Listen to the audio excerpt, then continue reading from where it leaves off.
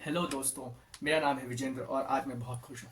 बहुत खुश हूँ, बहुत ज़्यादा खुश हूँ। आप पूछेंगे मेरी खुशी का कारण क्या है। मेरी खुशी का कारण है कि मेरे हुई है 4 दिन पहले कॉन्टूरा विजन लेजिक सर्जरी। और 18 सालों से जो मैं चश्मा पहन रहा था गाइस, यहाँ पे निशान आ गया मेरे चश्मा पहनते पहनते। इस चश्मे से मुझे फाइनली छुटकारा मिल गया। आज़ादी 15 अगस्त 1947 मेरे लिए 4 दिन पहले था। तो आज की डेट क्या हुई? 19 अगस्त 1947। तो चलिए गाइस, ये मेरी पहली वीडियो है पूरी लेजिक सर्जरी के बारे में। मैं जो 5 वीडियो बनाने वाला हूँ उस सीरीज की। और इस वीडियो में बताऊंगा कि मेरा केस क्या था, मैंने कहाँ से दिखाया, मैंने क्या किया, सारी चीज़ों के बारे में। तो गाइस, ये पहली वीडियो होने वाली है माई होल लेजिक प्रोसेस के बारे में। तो शुरू करते हैं। कहाँ से शुरू करें? शुरू करते हैं गाइस, जब मैं क्लास सेकंड में था, छोटा सा बच्चा था, हाफ पैंट पहन के स्कूल जाता था और उस वक्त मुझे लग गया चश्मा। ये बहुत ही इंटरेस्टिंग स्टोरी है गाइस, मुझे चश्मा कैसे लगा। एक्चुअली जब मैं मेरे पापा मुझे स्कूल छोड़ने जाते थे, जब तक मैं 8th में गया ना, तब पापा ने साइकिल लाई थी, तब तक पापा स्कूल छोड़ने जाते थे। तो मुझे याद है क्या हुआ था कि हम लोग ऐसे ही बाइक से जा रहे थे, तो पापा ने बताया कि वो सामने जो बोर्ड पे लिखा हुआ है ना, वो उस दुकान पे मैं जा रहा हूँ, रुकता हूँ, आऊँगा। तो बताया भाई दुकान का नाम तो मुझे दिख नहीं रहा है, ये कैसे पढ़ लेते हैं। मुझे 1 दिन लगा, 2 दिन लगा, 3 दिन, फिर मैं एक दिन बोला पापा मैं नाम नहीं पढ़ पाता। तो फिर पापा ने ध्यान दिया, फिर उन्होंने मुझे अलग अलग बोर्ड्स पढ़ाने शुरू किया। अच्छा बताओ वो क्या लिखा है, अच्छा बताओ वो क्या लिखा है। फिर मैं कुछ पढ़ पाता था, कुछ नहीं पढ़ पाता था। उसके बाद मुझे डॉक्टर के पास ले जाया गया। डॉक्टर ने पहना दिया चश्मा। मुझे कोई आइडिया नहीं है क्या हो रहा है मेरे साथ, चश्मा पहन लिया भाई। सेकंड क्लास में हूँ और चश्मा पहन लिया। फिर गाइस, मेरा जो पूरा बचपना गया है ना, मैं आपको क्या बता सकता हूँ। मतलब that bloody specs eaten my whole childhood दोस्तों। फाइनली 18 सालों बाद आज मुझे चश्मा से छुटकारा मिल गया और मेरा पूरा केस क्या था ये समझेंगे अभी का भी। तो गाइज, मेरे दोनों आइज में बहुत ही हाई पावर था। मेरे बहुत ही हाई में देखिए, किसी किसी का पावर और मुझसे भी हाई होता है, -15 -20। तो मेरा था -6 था स्फेरिकल में, थोड़ा बहुत ऊपर नीचे था। और -1 था सिलेंड्रिकल में। और दोनों में जैसे मैंने बताया थोड़ा सा ऊपर नीचे था। तो गाइज, सबसे पहले मुझे पता चला 5 साल पहले कि लेजिक नाम की कोई चीज़ होती है दुनिया में। मतलब साइंटिस्ट ने हम जैसे लोगों के लिए भी कुछ किया है कि भाई तुम्हें चश्मा नहीं पहने देंगे, जो हो जाए तुम्हें चश्मा नहीं पहने देंगे।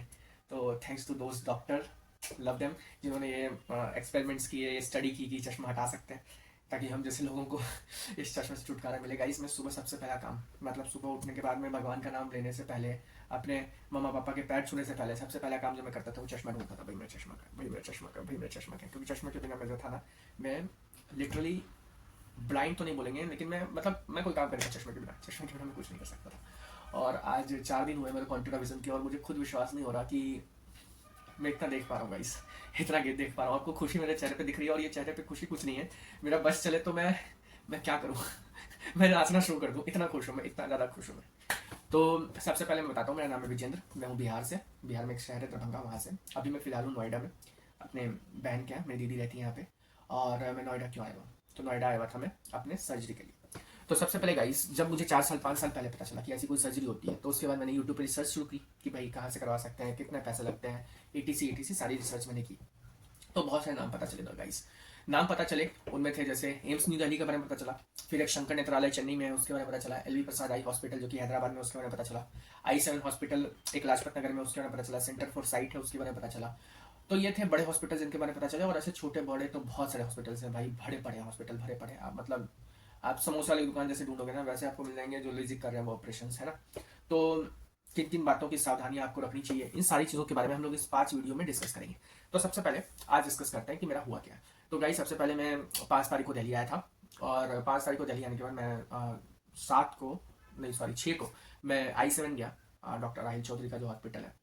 और क्योंकि देखो, ये कोई पेड वीडियो नहीं है, किसी ने मुझे 1 रुपया नहीं दिया। तो मेरा काम है, मुझे मुझे जो लगा ना, मैं वो बात एकदम आपको फैक्ट टू फैक्ट बताऊंगा। मैं राहिल चौधरी सर का बहुत बड़ा फैन था। और मतलब पापा को मैंने बोल के आया था भाई करवाना है तो राहिल चौधरी सर से कराना है, उनसे कराना है, I7 में कराना है। लेकिन जब मैं वहाँ पे गया, जब वहाँ पे एक तो भीड़ है, इतनी भीड़ है गाइज, इतनी भीड़ है मैं आपको बता नहीं सकता। और मैं डिस्कस करूंगा उसके बारे में भी मेरे 5th वीडियो में कि वहाँ पे क्या हुआ। तो फाइनली मुझे वहाँ पे समझ में नहीं आया, मैं वहाँ पे नहीं करवाया। क्यों नहीं समझ में आया उसके बारे में 5th वीडियो में डिस्कस करूंगा। तो उसके बाद क्या हुआ कि मुझे समझ में नहीं आया वहाँ पे 6 को। फिर मेरे 7 को एक और हॉस्पिटल, क्योंकि मेरे जो डॉक्टर हैं जो दरभंगा में मेरे फैमिली डॉक्टर हैं, पापा के कांटेक्ट में डॉक्टर हैं, उन्होंने तो बताया था कि 2 ओपिनियन कम से कम आप लेना। तो दूसरे ओपिनियन में मैं सोच के आया था तो मैं एम्स जाऊँगा, लेकिन एम्स में आपको पता है कि नंबर लगाना बहुत मुश्किल होता है। तो मैं एम्स नहीं गया। एक वीडियो यूट्यूबर है तान्या, है ना, मैं उनके ट्रैवल ब्लॉग्स देखता हूँ, एक्चुअली मुझे ट्रैवलिंग बहुत पसंद है। तो उनके व्लॉग्स में उनके चश्मा लगा होता, तो उन्होंने बताया था वो क्लियो आई केयर नाम का एक हॉस्पिटल है गुड़गांव में, जहाँ पे डॉक्टर आदिति मधुधने है, बहुत अच्छी डॉक्टर है, लिटरली बहुत अच्छी डॉक्टर है गाइस। वो वहाँ पे उन्होंने उनका फेमटोलेजिक किया था। तो सेकंड ओपिनियन में मुझे लगा कि हाँ भाई इनके यहाँ जा सकते हैं, तो मैं साथ को उनके यहाँ गया। और लिटरली गाइस इतनी अच्छी डॉक्टर है, इतनी अच्छी डॉक्टर, मैं बताऊंगा, मैं फिफ्थ वीडियो में बताऊंगा क्यों अच्छी डॉक्टर है, क्या मुझे अच्छा लगा उनका, सारी चीज़ें बताऊंगा। और लिटरली गाइस पेड वीडियो नहीं है। तो वहाँ गया, मुझे सब कुछ पसंद आया, सब सही लगा। तो मेरे आंखों में क्या था ना, मेरे आंखों में राइट आइज में कुछ एक पीछे में एक डॉट्स थे, मतलब कि एक मतलब जिसको बोलते हैं ना पिगमेंटेशन जैसे थे। तो वहाँ पे सबसे पहले होता क्या मैं बताता हूँ। देखो ये 3 दिन के प्रोसेस है। 3 दिन के प्रोसेस में सबसे पहले दिन आपकी होती है जांचें, क्या आपकी कॉर्निया की थिकनेस उस लायक है, क्या आपकी रेटिना सही है, क्या आपके जो अंदर आई का प्रेशर है वो सही है, आपका पावर कितना है, ऐसे करके बहुत सारी जांचें होती है। कौन कौन सी जांचें होती है ये भी फिफ्थ वीडियो में डिस्कस करना है अपने को, क्योंकि वो तो अपने हाथों में है नहीं, वो तो डॉक्टर जांच करेंगे, है ना। अपने जांचों में, अपने हाथों में क्या है, अपने हाथों में कि अपने को कौन सी सर्जरी करानी है ना। डॉक्टर आपको बता देंगे कि भाई ये 2 उंगलियां पकड़ लो, कौन सी पकड़ोगे, तो आप किसके बेसिस पे पकड़ोगे। डॉक्टर तो सारा चीज चुन के बताएं। आप अपने कितना पैसा लग रहा है, रिकवरी टाइम कितना है, आपको आर्मी में जाना है, आपको पुलिस में जाना है, आप उस अकॉर्डिंग ही चूज करोगे ना। तो सबसे पहले जांचें होती है पहले दिन। दूसरे दिन फिर आपकी सर्जरी होती है। तीसरे दिन आपकी पोस्ट सर्जरी चेकअप्स होती है, अपॉइंटमेंट होती है। उसमें डॉक्टर देखते हैं कि भाई फ्लैप सही है क्या, भाई आपको विजन कितना आया, भाई मतलब सारी तरह की वो थोड़ी बहुत जांचें होती है उस दिन। तो मैं 7 तारीख को वहाँ गया, और मेरे राइट आई में क्या था ना, मेरे राइट आई में एक पिगमेंटेशन था। तो इसमें जो बहुत सारी जांच होती है, उसमें एक जांच ऐसी होती है कि आपकी आंखों में ड्रॉप्स आ जाती है, आपकी जो पीपल्स है ना उसे डायलेट किया जाता है, उसे फैलाया जाता है ना। और फिर मैग्नीफाइंग ग्लास जैसा होता है जिसके ऊपर ऐसे लाइट मार के वो चेक करते हैं कि भाई रेटिना सही है कि नहीं। तो उनको थोड़ा डाउट्स था कि भाई मेरे राइट आई में प्रॉब्लम है। आई 7 में मुझे बताया गया था मेरा राइट आई में प्रॉब्लम है। तो आई 7 में ना कॉन्टूरा विजन के 95,000 चार्ज है, और उसके बाद वहाँ पे लगते हैं 3,000 रुपये आपको वहाँ पे जांच कराने के लगते हैं। तो अगर आपको कॉन्टूरा विजन के 95,000 है और सिल्क के 1,15,000 है, इसके ऊपर आप 3,000 रुपये जांच के रख लो। और फिर उनके 4,500 रुपये की दवाई की किट है, वो आप रख लो। और फिर प्री लेजिक के लिए वो 500 की और दवाई देते हैं, वो भी रख लो। तो सब जोड़ के आप जोड़ लो 95,000, फिर आप वो जो दवाइयों की किट है 4,500 प्लस 500, आप 5,000 जोड़ लो, 1 लाख हो गए। फिर 3,000 आप जांच के जोड़ लो, तो 1,03,000 हो गए। और फिर बस यही तो है, हाँ 1,03,000 आपके हो गए। और अगर आपको सेल कराना, तो सेल कराने में भी आप वही जोड़ लो, 1,15,000 है, उसमें 5,000 पहले जोड़ो दवाइयों का, 3,000 रुपये जोड़ो जांच का, तो वो भी आपके हो गए 8,000, तो 1,22,000 हो गए। सिंपल है भाई। लेकिन मैं जो रेटिनल प्रॉब्लम थी ना, उस रेटिनल प्रॉब्लम के लिए मुझे राइट आई में रेटिनल बराज बताया गया। उस रेटिनल बराज का चार्ज भाई 8,000 रुपये बताया गया। तो बड़ी हॉस्पिटल है, चार्ज बड़ा था। तो 1,02,000 तो पड़ ही रहा था, 8,000 और हो जाता, 1,10,000 हो जाता, या फिर सिल्क कराते हैं 1,30,000 हो जाता। बजट तो हमारा था भी, नहीं भी था, थोड़ा सा तो ओवर बजट हो रहा था। लेकिन फिर मैं सेकंड ओपिनियन तो लेना ही था गाइस। तो सेकंड ओपिनियन में मैं जैसे बताया, मैंने डॉक्टर आदिति जो गुड़गांव में है, मैंने अगले दिन 7 को उनके यहाँ विजिट किया। उन्होंने बताया कि ये प्रॉब्लम है आपकी। ये प्रॉब्लम क्या होती है गाइस मैं बताता हूँ। कि जैसे ये अपनी आई बॉल है, आई बॉल के पीछे होता है रेटिना। वो रेटिना क्या होता है ना, एक पन्नी की लेयर, पॉलिथीन जैसा होता है। तो अब जैसे सपोज करो कोई पॉलिथीन है, मेरे पास यहाँ पे पॉलिथीन है कोई नहीं, आप सपोज करो ये सपोज करो ये है ना। अब इसको हम लोग बहुत ज़्यादा ऐसे फैलाएंगे, ऐसे खींचेंगे, तो क्या होगा, कोई भी पॉलिथीन को खींचेंगे तो क्या होगा, उसके ऊपर छोटे छोटे छेद बन जाएंगे, और वो कहीं कहीं से पतली हो जाएगी।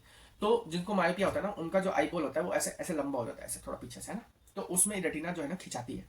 तो रेटिना खिंचाने के कारण उनमें बन जाते हैं होल्स, मायोपिया वाले के साथ होता है। तो उनमें बन जाते हैं लेटिसेस। उन लेटिसेस के लिए जो है ना वहाँ पे करना पड़ता है रेटिनल बराज। बराज मतलब जैसे उनको घेर, जैसे मान लो कोई, जैसे ये मान लो कि मेरा रेटिना है, इसके ऊपर आपके हो गए यहाँ पे छेद।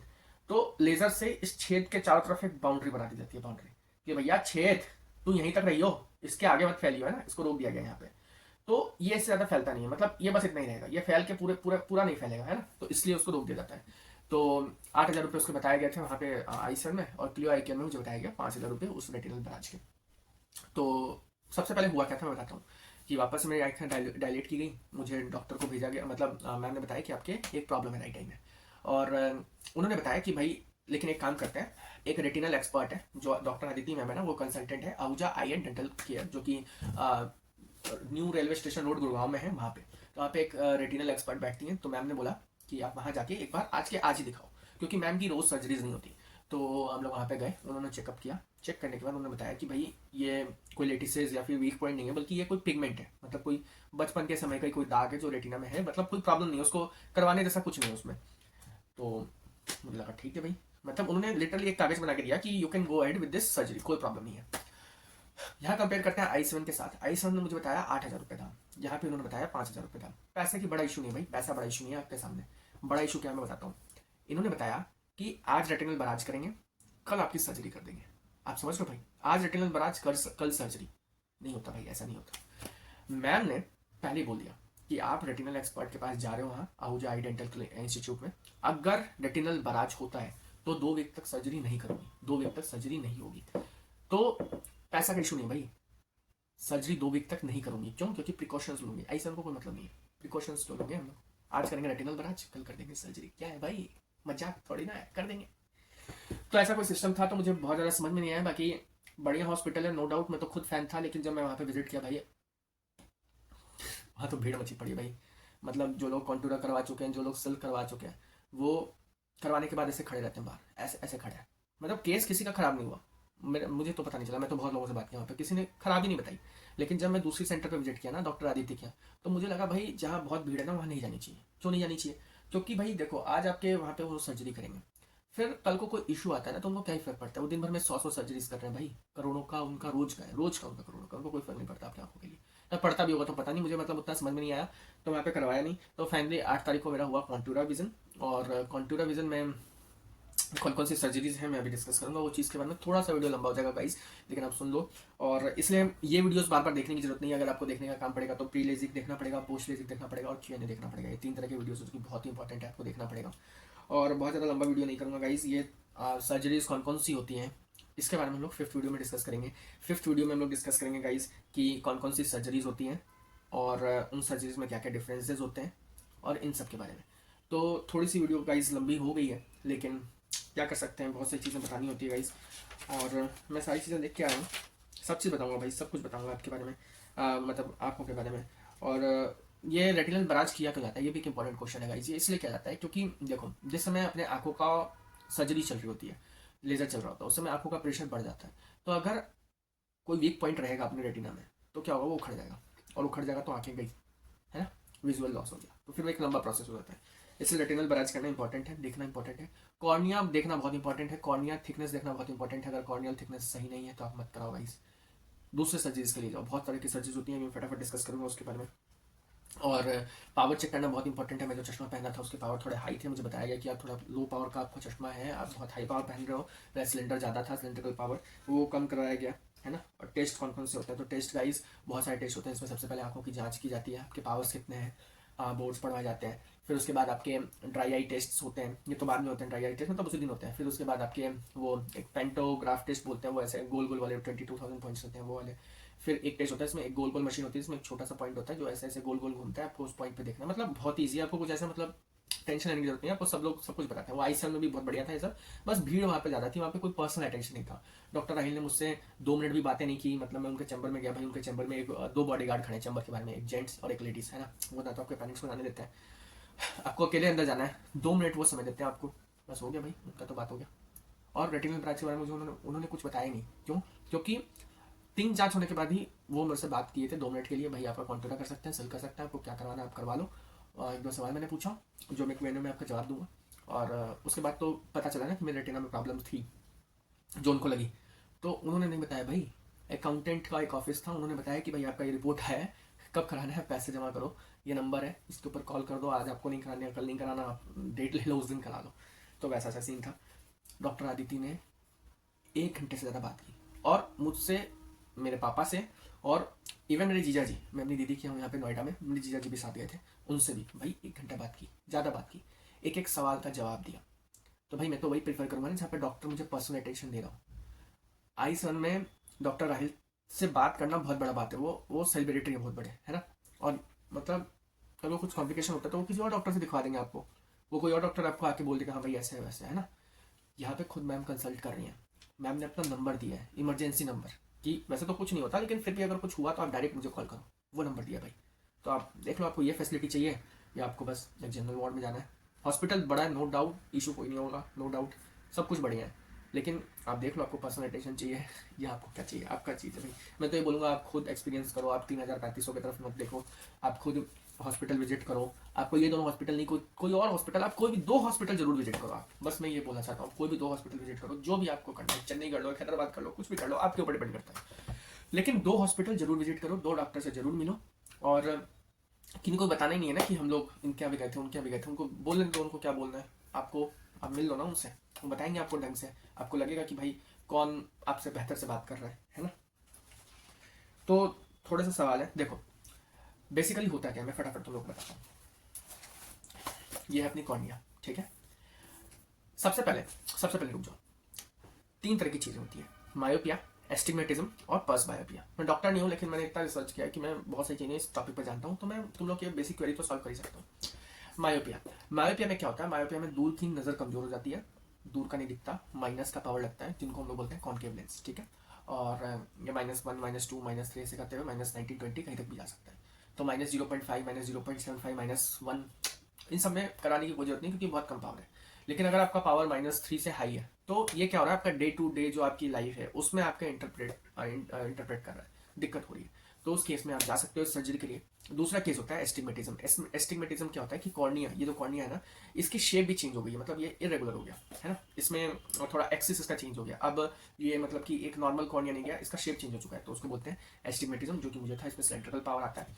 और थर्ड होता है जिसको बोलते हैं पर्स बायोपिया। पर्स बायोपिया में क्या होता है, मैं लिटरली गाइस बताता हूँ कि मुझे हाँ तो दोस्तों, एस्टिग्मेटिज्म के बारे में बता रहा था। एस्टिग्मेटिज्म एक्चुअली सिलेंड्रिकल पावर होती है ना, क्योंकि मैं 3-4 सालों से रिसर्च कर रहा था, तो मुझे पता चला, मैं पहले सोचता था स्फेरिकल पावर में सिर्फ लेजिक हो जाती है, तो जिस दिन मुझे पता चला कि भाई मुझे एस्टिग्मेटिज्म है, मैं टेंशन में आ गया कि भाई लेजिक का सोच रहा था स्फेरिकल पावर का, अब ये पता नहीं, ये नया एस्टिग्मेटिज्म आ गया है, पता नहीं मेरा लेजिक हो पाएगा नहीं हो पाएगा, मतलब चश्मा छुटकारा मिलेगा कि नहीं मिलेगा पाएगा, पता नहीं साइंटिस्ट ने इतनी रिसर्च की या नहीं करी है, तो फाइनली करिए गाइस, करिए, scientist have done it, doctors have done it.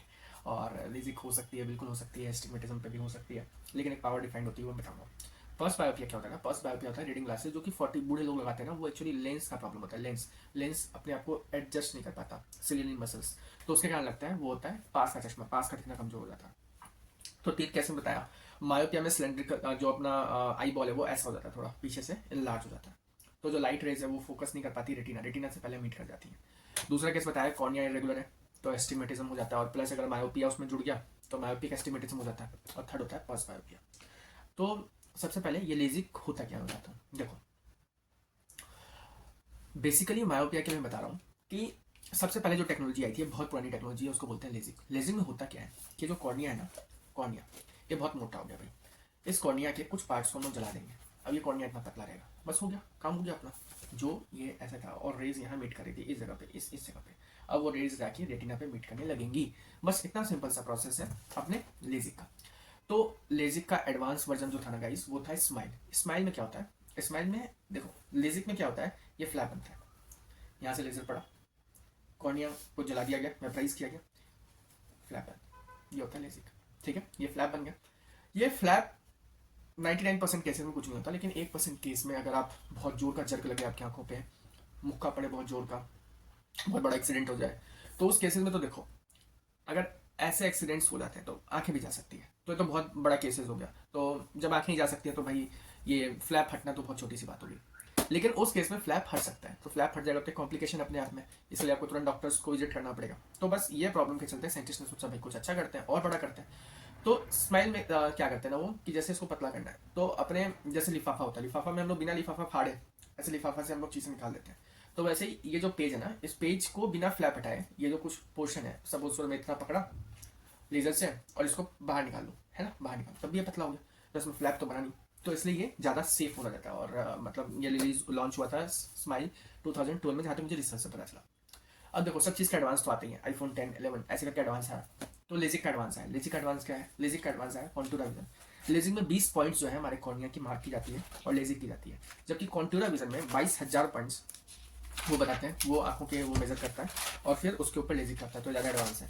वैसे ही स्माइल का एडवांस जो आया है वो है सिल्क, जो कि अभी बोला जा रहा है सबसे एडवांस टेक्नोलॉजी है चश्मा हटाने की, लेकिन ये इंडिया में बहुत कम जगह अवेलेबल है और कहीं कहीं पे तो ये अंडर ट्रायल में है, मतलब इंडिया में पहली लोकेशन इंडिया जहाँ पे ये ऑपरेशन किया जा रहा है, मतलब पूरे वर्ल्ड में, और ये अभी अंडर ट्रायल है सिल्क।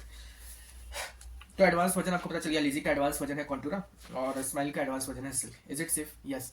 अब देखो कुछ ना कुछ तो कोई भी चीज़ करा लो आप सपोज करो दाढ़ी बनवा रहे हो, शेव करा रहे हो, है ना, हो सकता है ब्लेड से आपका गर्दन कट जाए, बट कितना परसेंट चांस है? 0.00001% है, हो सकता है उसमें बार बार का दिमाग घूम जाए, वो ऐसे ऐसे करता है लेकिन कितना परसेंट चांस है ना, बहुत रेयर, बहुत रेयर, मतलब आपकी किस्मत जो है ना, आपकी किस्मत मैं क्या बताऊँ, एकदम एकदम गई गुजरी है, तब वो चांसेस है। तो वैसे ही हाँ एकदम सेफ है लेजिक, लेकिन रिस्क तो होते हैं, तो कॉन्सेंट आपसे लिया जाता है, साइन करवाया जाता है आपसे, क्योंकि रिस्क तो है भाई, और डॉक्टर अपने सर पे तो रिस्क लेगा नहीं, आप आए हो सर्जरी कराने, आप जानो। लेकिन ऐसा नहीं है कि इस कंसेंट पे साइन ले लिया गया और आपको धक्का मार दिया गया जाओ, है ना, वैसा कुछ नहीं है। अब आप फ्लाइट से ट्रेवल करते हो, है ना, तो रिस्क तो है भाई। ट्रेन से ट्रेवल करते हैं, रिस्क है। ट्रेन एक्सीडेंट्स नहीं होते, रिस्क तो है। तो क्या कर सकते हैं, रोड पे चलने में रिस्क है, नहीं है रिस्क, रोड पे एक्सीडेंट्स नहीं होते, होते हैं, तो रिस्क तो है भाई, लेकिन बहुत कम रिस्क है। और चश्मा हटाने के लिए जो खुशी आपको मिलने वाली है, उसके लिए आपको थोड़ा सा रिस्क तो आपको उठाना पड़ेगा प्लीज, इतना तो मतलब बनता है, इतना बनता है भाई, इतना बनता है। Go for it. तो इज इट सेफ? बिल्कुल सेफ है, हाँ जी, बिल्कुल बिल्कुल बिल्कुल सेफ है, आप जा सकते हो, बिल्कुल जा सकते हो इसके लिए। और क्योंकि मैंने खुद कराया है तो मैं इसलिए बता सकता हूँ, आप जा सकते हो। और उसके बाद जो आपको मजा आने वाला है ना गाइस, पेनलेस, ना ना ना ना, पेनलेस, बिल्कुल एकदम पेनलेस, पता भी नहीं चलेगा, मतलब बिल्कुल पता नहीं चलेगा। कोई इंजेक्शन नहीं है, कोई बेहोश नहीं किया जाएगा आपको। आपको बड़े बड़े ब्लेड से आपकी आंखें नहीं काटी जाएंगी, कुछ ऐसा नहीं होगा। बहुत ही सिंपल प्रोसेस है। हुआ क्या था मैं बताता हूँ। सर्जरी वाले दिन, क्योंकि पहले दिन तो मेरी जांचें हो गई थी, फिर सेकंड दिन सर्जरी वाले दिन मैं गया हॉस्पिटल, गया अबूजा आई डेंटल इंस्टीट्यूट, वहाँ पे फिर से मेरी जांचें हुई, मैडम आई, मुझे सब कुछ बताया गया, कंसेंट पे साइन लिया गया। फिर उसके बाद मैं ऊपर ओटी रूम के बाहर बैठा, मेरे आंखों पे बेटाडीन लगाया गया। फाइनली मुझसे बोला जाएगा चश्मा हटा दो। मैं एक बार पूछा फाइनली हटा दूँ? वो बोले कि हाँ भाई चश्मा हटाने की सर्जरी कराने आया हो तो हटा दो। मैं भी खुश। गाइस मैं चश्मा लगा लेता हूँ, क्योंकि अभी नया नया है ना, थोड़ा आँख आँख चौंध रही है मेरी, मतलब लाइट्स पड़ रही है ना, तो थोड़ी अभी नए नए में थोड़ा सा होता है। तो इसके बाद मुझे थोड़ा सा डर लगने लगा भाई, थोड़ा सा नर्वसनेस तो होता है, मैं बहुत दिनों से करवाना चाहता था, लेकिन होता है थोड़ा सा, तो होता ही है भाई, इतना बनता है भाई।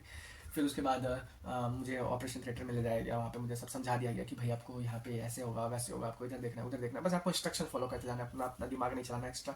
जैसे जैसे डॉक्टर बोले ऊपर देखो ऊपर देखना, डॉक्टर बोले नीचे देखो नीचे देखना, डॉक्टर बोले राइट देखो लेफ्ट देखो ग्रीन डॉट देखो, जो बोलता जाए ना बंदा अगला, वो भगवान है तेरे लिए उस वक्त, जो बोले ना वो बस करता जा, और वो भगवान तेरे इस चश्मे को हटवा देगा, हटवा देगा गाइस, हटवा देगा, बिल्कुल हटवा देगा। मेरा हटवाया, तेरा भी हटवाएगा।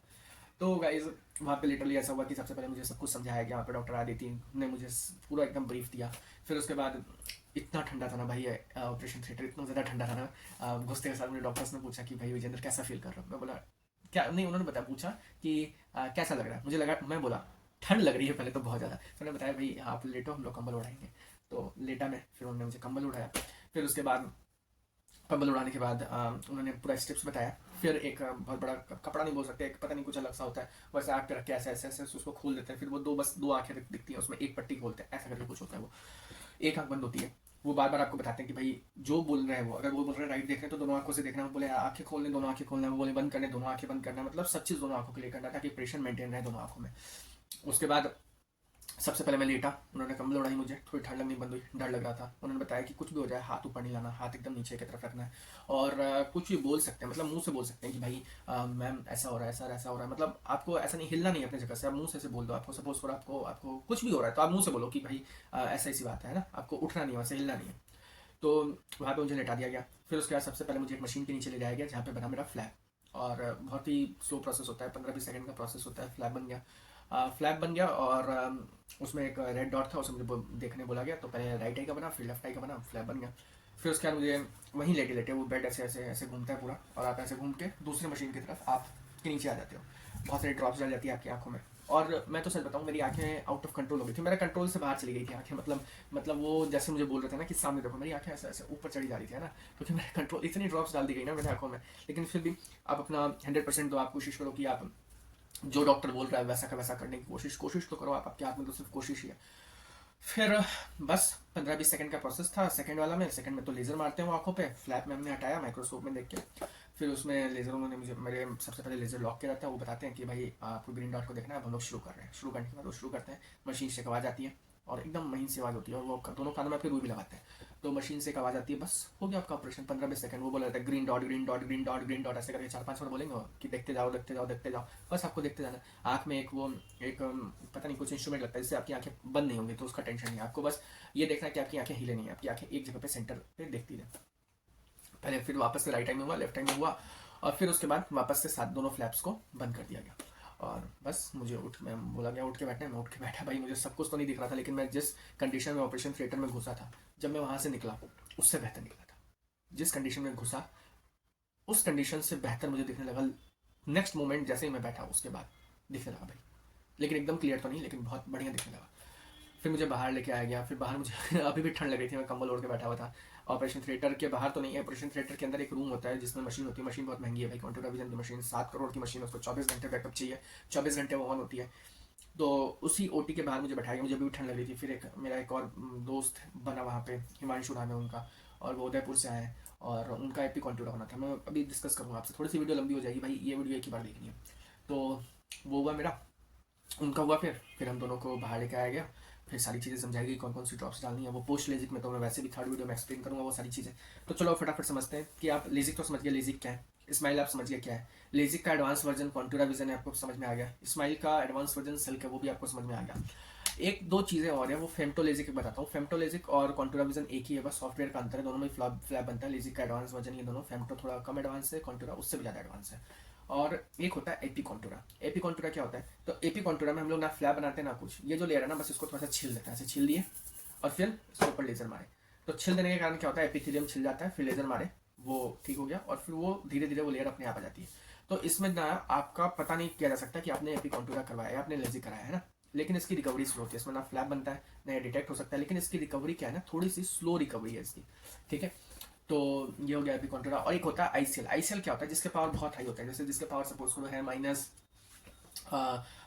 -20 वैसे हैं, तो उनके ऊपर जो है ना लेजिक नहीं की जाती, क्योंकि कॉर्निया इतना काटना, कॉर्निया अब जैसे सपोज करो ये, इसको हम लोग फ्लैप हटाए, थोड़ा सा छिल के कुछ पेज हटा दें, ऐसा थोड़ी कि पूरा पूरा ये गायब कर दिया, लास्ट में यही बचा, ऐसा तो नहीं हो सकता ना।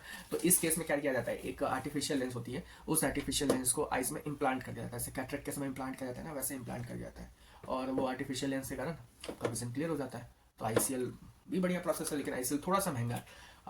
कॉन्टूरा का प्राइस आपको रेंज करता है 90,000 टू 1,15,000, आप किस हॉस्पिटल विजिट करें उस पर डिपेंड करता है। सिल्क का आपका डिपेंड करता है 1,20,000, मतलब क्योंकि उसमें मेडिकेशन भी तो आप जोड़ोगे ना, 1,15,000 तो आप सिर्फ 1,15,000 नहीं जोड़ सकते, आप जांच भी है, दवाइयाँ हैं, 1,20,000 से आप 1,50,000 तक आप मान के चलो। आईसीएल कहीं पे भी 1,60,000 से ऊपर मान के चलो। फिर आपके एपी कॉन्टूरा 65-70 तक में हो जाएगा आपका, और फेम्टोलेजिक भी वही 70-80 तक हो जाएगा। तो सबसे महंगा अभी सिल्क आईसीएल है, वो हाई पावर के लिए किया जाता है। नॉर्मल पावर के लिए सबसे महंगा अभी सिल्क है, सेकंड सबसे महंगा है कॉन्टूरा, फिर उससे कम एपी कॉन्टूरा, फेम्टो, ये सब करके। और बेसिक लेजिक और बेसिक स्माइल भी होते हैं, और लोग करवा रहे हैं, है ना, लोग तो करवा रहे हैं। बाकी मैंने शंकर नेत्रालय में मैं फ़ोन किया था, वहाँ पे मैंने पता किया कि वहाँ पे कॉन्टूरा सिल्क कैसे अवेलेबल नहीं है। एम्स दिल्ली में मैंने फ़ोन किया था, वहाँ पे भी उन्होंने बताया कि वहाँ पे भी सिल्क कॉन्टूरा अवेलेबल नहीं है। एलवी प्रसाद आई हॉस्पिटल में भी अवेलेबल नहीं है सिल्क अभी, जहाँ तक मुझे पता है अभी तक सिर्फ I7 में अवेलेबल है, और सेंटर फॉर साइट में अवेलेबल है, और या तो साउथ के किसी एक हॉस्पिटल में अवेलेबल है, बस इतनी जगह सिल्क अवेलेबल है। Contoura vision is available at more places now, पहले तो ये भी बहुत कम प्लेसेस पे अवेलेबल थी, क्योंकि देखो सबसे इंपॉर्टेंट होता है मशीन खरीदना, मतलब 10 करोड़ 15 करोड़ की मशीन खरीदना, कैपिटल चाहिए। कैपिटल आएगा तो भाई कोई भी डॉक्टर खरीद लेगा, तो उतना पैसा जिस डॉक्टर के पास है वो खरीद लेता है, नॉर्मल सी बात है, कोई ऐसी बात नहीं है ना। तो बस यहाँ पे ये वीडियो खत्म करते हैं। सेकंड वीडियो हमारी होगी, वो होगी प्री लेजिक के बारे में, हम लोग को क्या क्या चीज़ें करनी चाहिए प्री लेजिक में, और फिर आएगी पोस्ट लेजिक की, फिर आएगी Q&A, वो बहुत ही इंपॉर्टेंट वीडियो है Q&A। और सबसे लास्ट वीडियो होगी, उसमें हम लोग डिस्कस करेंगे कि सिल्क और कॉन्टूरा में क्या अंतर है, क्या होता है सिल्क, क्या होता है कॉन्टूरा, उस चीज़ के बारे में डिस्कस करेंगे। तो इसी के साथ सब बढ़िया, फर्स्ट क्लास, लंबी वीडियो हो गई, तो एकदम विज़न मेरा बढ़िया है। आज 4 दिन हो गए, बाकी शाम का समय है, तूफान जैसा आ रहा है, बारिश में भी हो सकती है, में भी नहीं भी हो सकती है ना। तो एक और चीज़ है कि ये मार्च का जो मौसम है ना, ये मार्च का महीना एक काफ़ी बढ़िया महीना माना जाता है आपके आई के लिए, क्योंकि ना तो बहुत गर्मी होती है ना बहुत ठंड होती है। फिर आपका सितंबर भी अच्छा है, लेकिन सितंबर में आपकी बारिश की हो रही होती है, तो यह मौसम आपका बहुत अच्छा है, ना तो बारिश है ना तो गर्मी है ना ठंड है। तो आप करवा सकते हो भाई, पैसा जमा करो और बस हॉस्पिटल के बारे में रिसर्च करो, मेरा डिस्क्रिप्शन में नंबर है, ईमेल है, आप मुझसे कांटेक्ट कर सकते हो। कोई जवाब चाहिए किसी क्वेश्चंस का तो मैं रिप्लाई करूँगा भाई। एकदम बिल्कुल मेरा चश्मा हटाया, मैं चाहता हूँ गॉड भगवान आपका चश्मा हटवाया है ना। फिर चश्मा तो पहनते रहेंगे भाई, लेकिन जीरो पावर पे पहनेंगे, अपनी मर्जी पे पहनेंगे, मन करेगा पहनेंगे, मन करेगा नहीं पहनेंगे। We are not any more dependent कि भाई चश्मा पहनना ही पहनना पड़ेगा, सुबह उठ के पहला काम करना है चश्मा पहनना, वो अब नहीं है ना।